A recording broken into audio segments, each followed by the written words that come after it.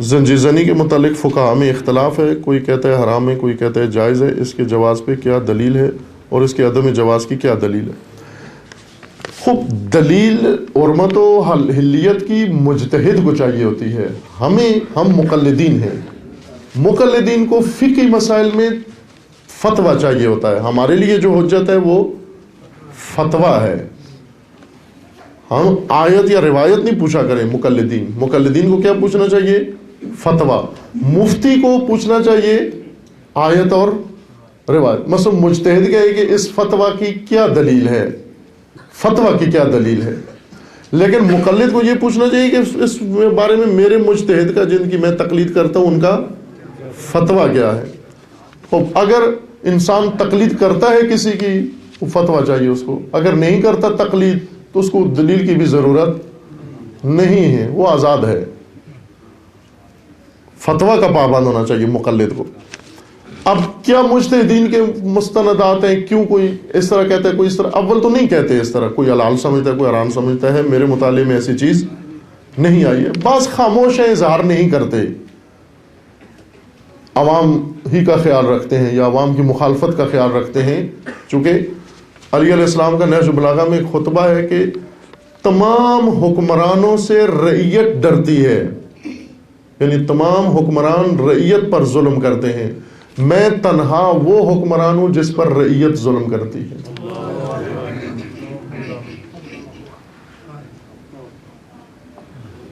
ہر جگہ دنیا میں قانون ہے، رعیت پر حکمران ظلم کرتے ہیں، میں تنہا حکمران ہوں جس پر رعیت ظلم کرتی ہے۔ علماء، عوام کو مقلد علماء ہونا چاہیے، لیکن بعض مسائل میں علماء مقلد عوام بن جاتے ہیں۔ عوام کیا چاہتے ہیں، عوام کا رجحان کیا ہے، عوام کیا پسند کرتے ہیں، عوام کیا ناپسند کرتے ہیں۔ اگر محسوس ہو جائے، مجھے ابھی محسوس ہو جائے آپ کس بات سے ناراض ہوں گے، میں ابھی چپ ہو جاؤں گا، وہ بات نہیں کروں گا جس سے آپ ناراض ہوتے ہیں۔ اگر مجھے پتہ چلے آپ کس بات سے خوش ہوتے ہیں، میں وہ بڑی جرأت کے ساتھ وہ بات اور زیادہ زور لگا کے چیخ کے کہوں گا، چونکہ مجھے پتہ ہے سننے والے خوش ہوتے ہیں۔ اگر میں عوام کو دیکھ کر بات کروں، اس کا مطلب مقلد عوام ہوں، عوام کے پیچھے چل رہا ہوں۔ اور رسول اللہ کو خداوند نے فرمایا کہ لا تتبع اہواءہم، ان کی خواہشات کے پیچھے مت جانا، آپ نے ان کو ہدایت کرنی ہے، نہ ان کی خواہشات کے پیچھے جانا، اتباع کرنی ہے، ان کے پیچھے نہیں جانا تو انہیں۔ مولانا روم نے اپنے ایک خوبصورت شعر میں یہ لکھا ہے کہ عوام عجیب مزاج ہوتا ہے عوام کا، عوام ماننے پہ آ جائیں، جب موڈ بن جائے ماننے پہ آ جائیں، گائے کو خدا مان لیتے ہیں، اور عوام اگر نہ ماننے پہ آئیں تو نوح کو نبی بھی نہیں مانتے۔ یہ ہے دونوں طرف ان کے، ماننے پہ آ جائیں تو گائے کو خدا مان لیتے ہیں، نہ ماننے پہ آئیں تو نوح کو نبی نہیں مانتے۔ اب جو لوگ عوام کو دیکھ کر بات کریں گے، ظاہر ہے وہ بہت ساری جگہوں پر خاموش ہو جائیں گے، بہت ساری جگہوں پر رہنمائی نہیں کریں گے، یا بہت ساری جگہوں پر ہاں میں ہاں ملا دیں گے۔ کیوں کہ عوام کو دور کرنا، عوام کو ناراض کر دینا، عوام سے روٹ جانا، یا عوام سے اس کے عواقب ہیں، اس کے نتائج ہیں بہت سارے، نہیں کرتے بعض لوگ۔ لیکن جو علماء جانتے ہیں کہ ہم عوام ناراض ہو جائیں، زیادہ سے زیادہ ہماری دنیا خراب ہوگی، لیکن اگر خدا ناراض ہو گیا تو ہماری عاقبت بھی خراب ہے، دنیا بھی خراب ہے۔ دربار یزید میں یزید نے ایک خطیب کو اٹھایا، یزید نے پہلے خود شعر پڑھے، تقریر کی، اور جو ظالمانہ جملے کہہ سکتا تھا اس نے کہے۔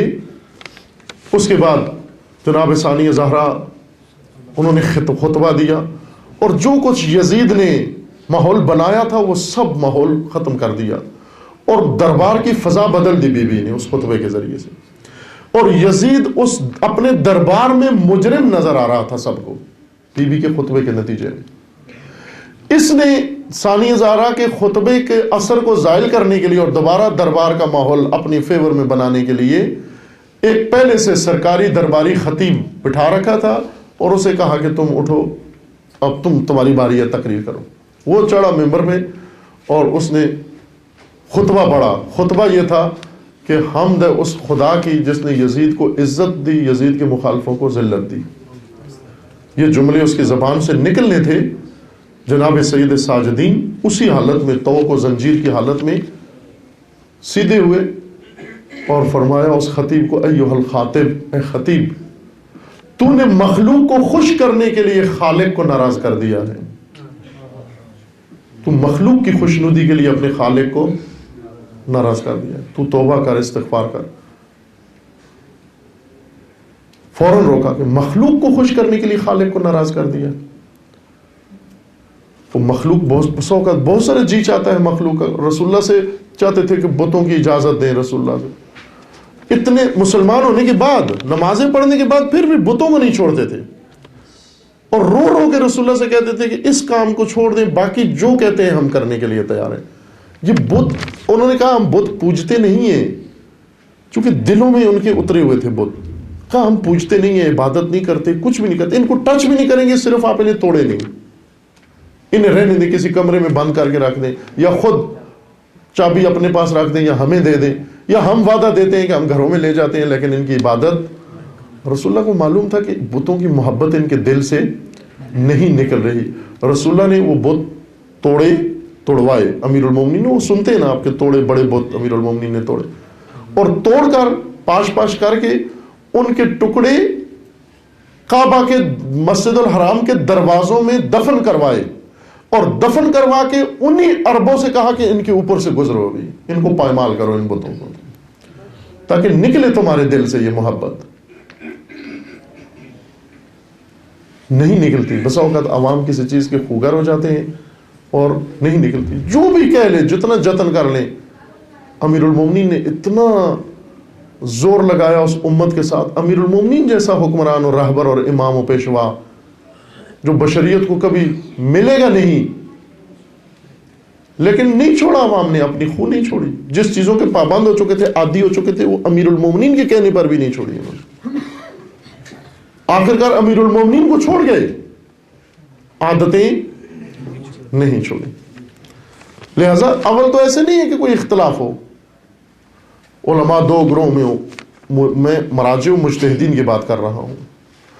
بعض خاموش ہیں، کہتے کچھ بھی نہیں ہے، رائے نہیں دیتے، لیکن رہبر معظم نے بتایا ہے، اس کی وضاحت کی ہے کہ یہ عمل ہمارے مذہب کے لیے